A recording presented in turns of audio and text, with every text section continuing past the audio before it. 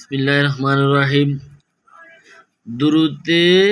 দুরুদে জিরাতের ফজিলত।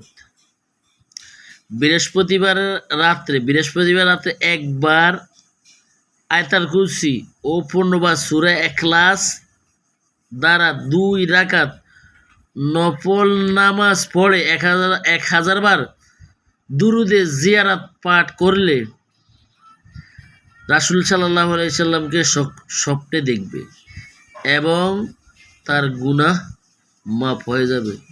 দুরূদটি হলো আল্লাহুম্মা সাল্লি আলা সাইয়্যিদিনা মুহাম্মাদানিন নাবিয়িল উম্মি ওয়া আলিহি ওয়া সাল্লাম।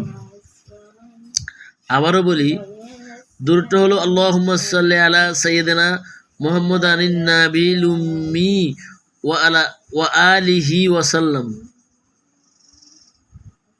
ভিডিওটি বেশি বেশি শেয়ার করবেন। আপনার একটা শেয়ারের মাধ্যমে আরও অনেক মুসল্লি এবং ভাই বোন শুনতে পারবে এবং অনেক সওয়াব হবে। একটা হাদিস যদি অন্য মানুষের কাছে পৌঁছায় দেন, কালকে কিয়ামতের ময়দানে আপনার এই হাদিস আপনার শাফায়াতের নসিব হবে।